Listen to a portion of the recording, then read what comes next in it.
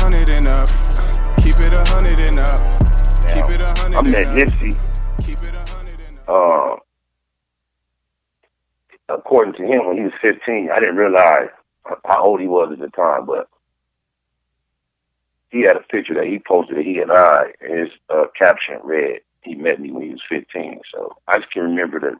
I know who introduced us and where we were and what was going on in my life. I know I had already dealt with Suge Knight, hadn't met 50 Cent. And I believe, if I'm placing the time frame correctly, and we have a mutual partner, close friends, my nigga Puto. He's from Baby Low too. Okay. They call it Rare Rex Tarzan. He had a prior relationship with Nipsey Hussle, Hermes actually, that extended way back to like school years. And, you know, so through us having a mutual friend, back in the early 2000s, me nor Puto not having an automobile at a certain time in our life, when we were studying it out on a daily basis, needing a ride, one day, the first time I can remember meeting Nipsey, that was who he called for us to get where we had to go. That nigga Nipsey had a white Aurora. So I remember looking corners, and then back then, without it being no real big reason to remember each other at that time, just through Puto, we seen each other quite a few times through those early years. So when the G-Unit shit cracked, and then when Cuz started doing his thing, and I had the Blue Room, it was just natural for us to do something. So I was able to experience his career quite early, prior to him really establishing himself as the great. And the Blue Room was your studio. Yes, sir. Blue Room, California. Yeah. Indeed, man. I think I seen some videos. I don't know if that was the Blue Room, the video I seen you and Nip in the studio together. Yeah, we shot the Pump Smoke on video in the Blue Room back in the day. What you think, like, you know, made Nip so special? Because, I mean, you know, after his death, like, a lot of people was finding out about him, but, like, you know, I remember him coming out here to perform at this venue that we got called the Norva in the early days, and he sold the venue out. And this before, you know, this way before Marathon, this before the Crenshaw tape. What made Nip so special, man? I believe it's a combination of things, and to just pinpoint one and try to highlight that, I think you would do disservice to a lot of the other great characteristics that caused us to appreciate him in the fashion that we did. I kind of like get the sense of the reaction we saw the world give to his untimely demise. All that energy, all that response, I kind of feel like all that was within him, and that was just too much energy to be contained in. With that, like that was in him, and you know, as he laid down into his peace that he's resting in, all that energy was able to share with the world. It's almost like I don't know if you're familiar with a stink bomb, but stink bombs used to be these little small glass capsules, look tiny, and you'll bust them open, and then the smell would just creep out over a range of space that kind of shocks you from how small the stink bomb is. I just think Nipsey has such a sweet, immense aroma within his soul that the world needed that. And, you know, he had to lay down for it to get out. That shit was too much within him. He wanted to tell us that. I don't know what you would describe it as. I think we limit our experience as humans when we try to restrict everything to our language. You know, the language that we're utilizing was created by humans. So therefore, it is subjected to a human's understanding. Right. The actual creation that we are were created by something outside of us. So sometimes we should try not to even describe it verbally because we don't know what to say. Every word we utilize is to express something that has already been created and experienced or heard. An apple is not an apple. The apple has been identified as an apple, so we'll have something so we both know what we're talking about next time we encounter that thing that is not green, but it's hanging on not a tree. You understand what I'm saying? Right. We name these things, but the name becomes more real than the actual object. So I would be a fool to try to explain, to say I know exactly what a Nipsey was. He was something like a Jesus or something. I don't give a fuck what they say. You feel me? So when you... I see, so being raised in the church and being so familiar with the scriptural stories, I see so many parallels. It's not identical, of course not. But when we look at how the edit is and the rewrite goes down, we don't know how much extras has been put on that story, period. So I see enough parallels to know something great has attended our generation, and I feel so privileged to have been so closely associated with it, even though it might not have been as close as others. I appreciate it. Mm.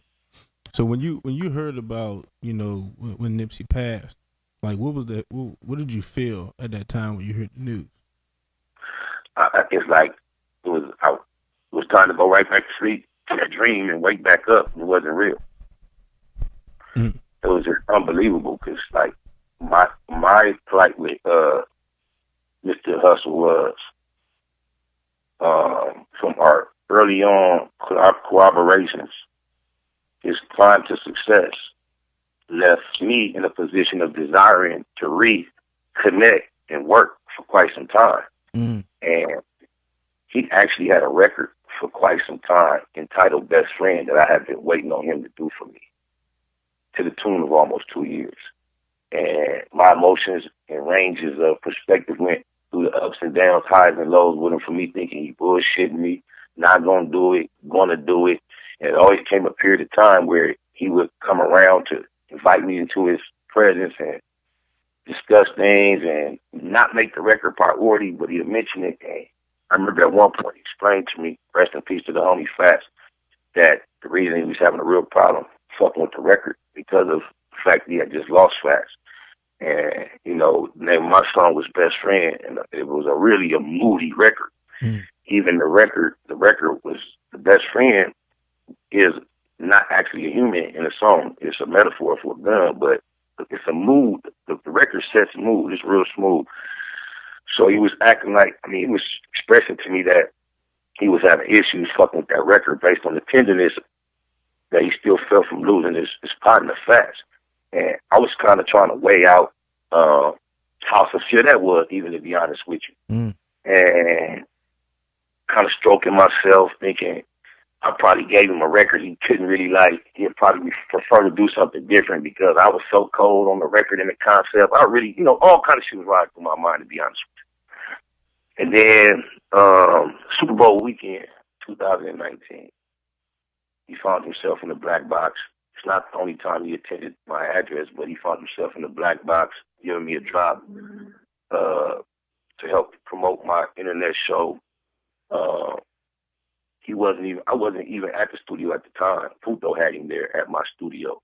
And I spoke to him on the phone. He let me know shortly after. He said, right after the Grammy, I think he said the Grammy's on the 17th. When these Grammys get over with, I know I owe you that record. I'm going to knock that out.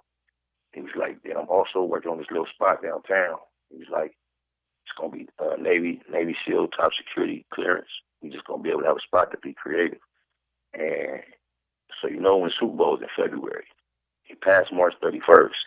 So in that period of time, he was making an active effort to honor all the things he was saying he was ready to do, which was a big difference from what had been taking place over the current year. So I remember him FaceTime me one morning. He was like, SPI, check it out, cuz I'm trying to write to that record, but it ain't really flowing for me. He was like, if you're really stuck on that record and you want me on that, I'll force it. He said, but I could send you something that I got, and if you fuck with it, you can have that. Mm-hmm. Mm-hmm. When he FaceTimed, he told me that. He sent me the record. I guess it took me I listened to the record like 3 times in a row. I hadn't called him back. He FaceTimed me again. When he FaceTimed me the first time to tell me that, I had my glasses on. I told him for sure. When he FaceTimed me back, my glasses was off. Tears running down my face, snot coming out my nose. When he FaceTimed me, I didn't try to wipe it or nothing. I just answered. He like, you fuck with that? I'm like, yeah. He like, neighborhood. I'm like, neighborhood. And we hung up. And I love the record he gave me, but when he passed and you really tap into Racks in the Middle, and he speak about being in the sun of shedding tears, and then he follows that line up with, we don't wipe them though. I didn't even know that line was in existence or really realize it, but I know that, when he got at me about that record to see if I liked it, I didn't wipe them though. And to know on Racks in the Middle, the way we holler out for facts on that song. And then the record that he blessed me with is called Count on You. And he got a line in it say, Fats died, took a part of me with him. My heart broken like my artery missing. Fuck all of these niggas. So it just kind of lends me to, it's just more confirmation that when he was expressing that was the issue, that was way more genuine than I had suspected. And I know my character, with just in general, with anybody else, with the patience that I had to exercise,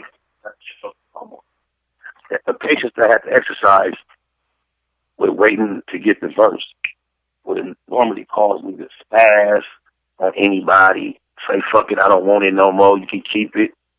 And for whatever reason or not, I see now the homie is gone.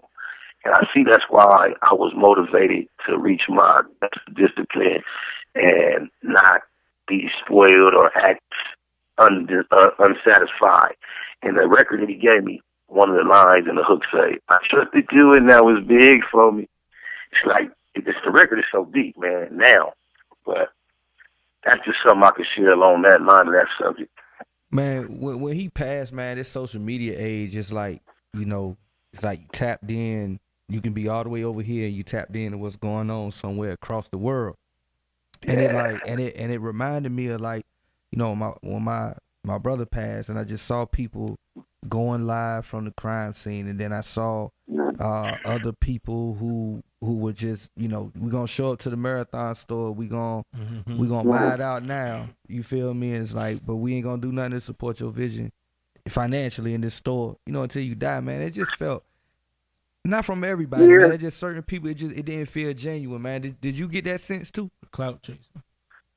You know what? To be honest with you, bro, I feel like the reaction of the homie, I think a lot of that, even the part that seemed excess, was genuine. I mean, it's no way in the world that many people could fake like they knew him. They wasn't trying to act like they knew. Of course, we see the corny shit from a couple of artists, or one in particular, not to say no names. I mean, bro, some niggas just don't get it. Some niggas can jump out the world as a gangster rapper, supposedly, and put a butterfly on their face. When you that type of dude, you already prove you don't get it. So it's not really shocking that out of all the people in the world, this guy would be doing what we know is just too much. So, like, it's other niggas that is identifiable by all the same characteristics as you. And we know he's from your city, and we know that he was tight as fuck with the homie. And he not even being as extreme as you. So what you're going through with the knowledge that I have, with the company that you comfortable keeping, when I know what it is with whacking no money in the homie, fuck us. That's how the homie felt to this dying day. If you still feel comfortable shoulder to shoulder, that nigga, he was an evil nigga. That nigga remind you with that old poem and his whole presence remind you of that nigga on the 5 RBs talking about you shouldn't be alone and all that. Big red at the funeral. Yeah, I don't like to trust that. Now I'm with you. But I feel like the rest of the world, I feel like we all are natural. I think we are one with the earth, the universe. We are not the society that we're living in. We're not the entertainment or the money that we chase. We are natural.